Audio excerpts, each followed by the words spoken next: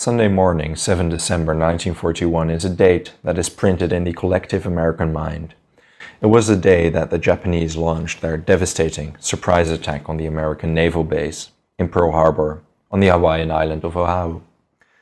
Not the Americans nor any of the colonial powers in the Far East and Pacific were able to adequately respond to the Japanese declaration of war and their subsequent sweeping conquest of the Pacific.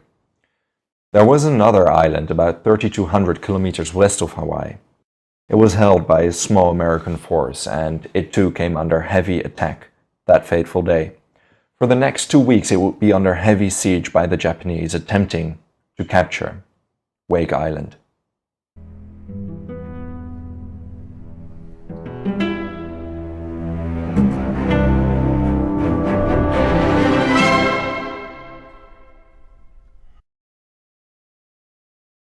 Following the attack on Pearl Harbour, the Japanese embarked on a steamroll campaign and managed to carve out a gigantic Pacific empire. Within 5 months, they captured the islands of Guam and Wake, the Philippines, French Indochina, Burma, Thailand, Malaya, the Dutch East Indies, 3/4 of New Guinea and Papua, the Bismarck Archipelago, and a substantial part of the Gilbert and Solomon Islands. To the north, they threatened Alaska. To the south, Australia. And to the west, they were making plans to invade India. This is a story of that tiny atoll 3,200 kilometers west of Hawaii, consisting of 3 islets. It was held by 450 US Marines and 75 Army Signal Corps and Navy personnel with over 1,500 civilians under their protection. The commander of Wake was Officer Winfield Scott Cunningham. In the weeks leading up to Pearl Harbour and Wake Atoll attacks, the Americans were constructing an airfield on the atoll.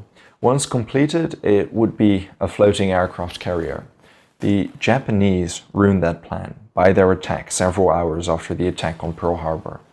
36 Japanese Mitsubishi medium bomber planes flew over, bombed and destroyed 7 of the 12 Wildcat fighters stationed on Wake. 23 Marine personnel on the atoll were killed. Several more raids followed the next day, and the American soldiers tried to repel the Japanese as well as they could. But it wasn't until the 11th of December that real fighting broke out again. Early that morning, a strong Japanese naval force moved on Wake.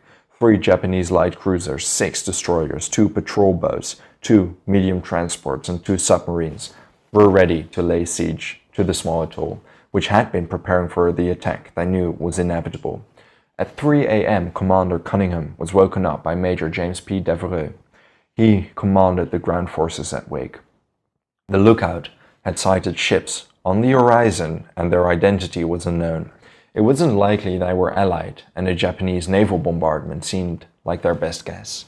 Any aid for the soldiers on Wake was too far away, and they were merely equipped with 6 old 152mm guns in 3 batteries. The problem was that their fire control systems had been destroyed by the initial aerial attacks. All in all, it didn't really look good for the Americans. Cunningham decided they would have to ambush the Japanese. It was ordered all searchlights to be extinguished. All men were rallied up, ordered to take positions. Cunningham told his men of the plan. Have the Japanese come as close as possible without so much as alerting them. Then they would have to bombard them with everything they had in their arsenal. It was certainly a big risk, but Cunningham figured they did not have any other viable option. Cunningham later reminisced. It was a perfect tropical night. A half moon was coming up over the ocean and the air was cool and soft. The roar of the surf had a soothing, almost hypnotic quality about it. On Wake Atoll that evening, the Marines dug themselves in, patiently waiting for the Japanese flotilla to move closer to the atoll and their order to open fire. The 4 planes that had survived the initial bombing purely by luck because they were patrolling in the sky at that time, might I add, stood ready at the airstrip now. 2 hours after the initial report to Cunningham, the Japanese were only 8 kilometers removed from Wake, slowly sailing towards the southern side. As the Japanese were taking their positions to launch their bombardment, Cunningham patiently waited for just the right time. Another hour later, at nearly dawn, Cunningham ordered his troops to open fire. The Japanese were startled by the sudden barrage of fire launched from the island, which seemed peacefully asleep. The Japanese light cruiser Yubari was instantly hit 3 times. It was the flagship of the task force commander Admiral Sadamichi Kajioka.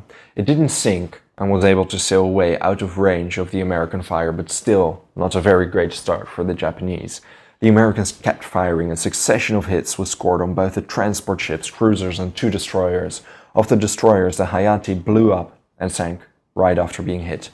The Japanese flotilla now withdrew, hiding behind a smokescreen from the ships that had been hit. The retreating ships were pursued by the 4 remaining Wildcats, bombing 2 light cruisers, setting fire to a transport ship, and sinking the destroyer Kisaragi when Captain Henry Elrod dropped a bomb directly on it.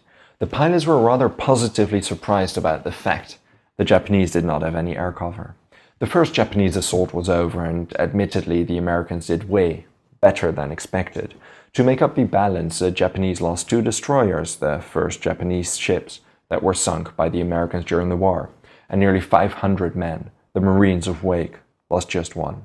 Unfortunately, 2 of their remaining 4 Wildcats crashed, though both pilots did survive.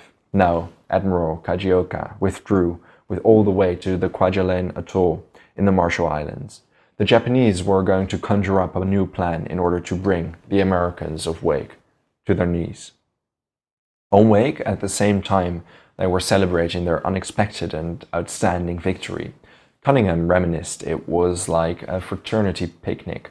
War whoops of joy split the air. Warm beer was sprayed on late arrivals without regard of rank.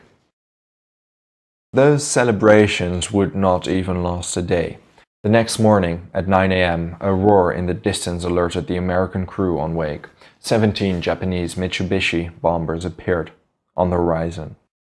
They dropped their bombs as Americans tried to fend them off with anti-aircraft guns as well as they could. 2 Mitsubishis were shot down, both by Lieutenant Davidson. 15 flew away again. The casualties of that air raid were 26 officers and men of the fighter squadron and around 40 of the 1,500 civilians that were contracted to build the airfield. Cunningham sent a list of equipment the men needed to withstand another Japanese assault while the attacks by the Japanese continued via air raids. Now, about 2 weeks before the final battle commenced, a relief attempt and US task force to reinforce the atoll was set up. The Saratoga, a carrier with 72 fighters and dive bombers, was sent together with a seaplane tender. Admiral William Pye received information that the Japanese were approaching Wake. He ordered the ships to return to Pearl Harbour. It was the 22nd of December, 1 day before the Japanese were to launch their last and largest assault on Wake. The men were to face a much larger Japanese force, all on their own. On 2 a.m. at December 23, this larger Japanese flotilla arrived. Once again, Admiral Sadamichi Kajioka commanded the fleet. 6 heavy cruisers and 2 of the aircraft carriers that attacked Pearl Harbour, Soryu and Hiryu, were part of it. Around 2,000 Japanese Marines received orders to besiege and overtake Wake. According to Cunningham, this second attack was launched in an atmosphere of desperate confusion, from which only one clear factor emerged: the overwhelming numerical superiority of the invaders. As the Japanese stormed the beaches and the Americans were subjected to an artillery barrage, some of the civilian construction workers grabbed weapons and fought alongside the Marines. The fighting over the 3 islets was a battle to the death. The beaches were littered with bodies of over 100 Japanese Marines, the first wave that set foot on land. At daybreak, the Japanese dive bombers carpet-bombed the American positions. There was no air support anymore. The last Wildcat went missing in action the day before. The pilots that survived now took up their guns and fought the Japanese from their foxholes as well. That morning, suffering heavy casualties, those Marines that had survived did all they could to repel the Japanese. The Japanese Marines had slowly but surely managed to invade the beaches, and as the fight progressed, they even moved up towards the improvised hospital on one of the small islets. There were over 1,000 civilians on the island, and Cunningham had to make the difficult decision. He did not want to risk absolute carnage and an all-out massacre. The Japanese, after all, were already known for their brutality and war crimes. Cunningham finally decided he would order his men to surrender. They had to. They had to destroy their weapons, and a white sheet was to be hoisted from the base of the largest islet. The fighting had lasted an entire night, and now that 122 men had died, of whom the majority civilians, the men of Wake surrendered. It should be noted that Cunningham wasn't too wrong when he worried about the Japanese brutality. Over 1,100 American US civilians that worked on the landing base on Wake Island were interned as POWs. 180 died in captivity. That wasn't everything though, and there is a landmark left on Wake Island as a silent witness to the horrors that were committed on the island. It is this rock you're seeing right now. After the capture of Wake, the Japanese took hold of the island and set up a base there. When in 1943 the tide of the war was turning and the Japanese were expecting the US to retake the island, Rear Admiral Shigematsu Sakaibara ordered the execution of 98 American civilians on the island. They were those civilian workers that initially built the airstrip.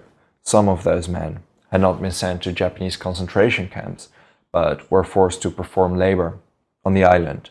As the men were being executed, one of them escaped and managed to carve 98 US PW 51043 on the rock you're seeing. He was eventually recaptured, and it is said he was beheaded personally by Sakaibara.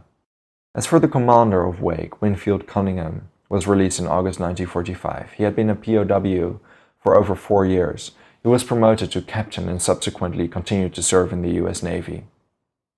And that is the story of one of the many brave fights the Americans put up in the Pacific Theater. Thank you for watching this video. I would also like to thank all my patrons for their generous support. If you enjoy House of History and want to support my work, consider checking me out on Patreon. For just $1 a month, you will gain access to the exclusive Patreon series. Don't forget to subscribe. See you next time.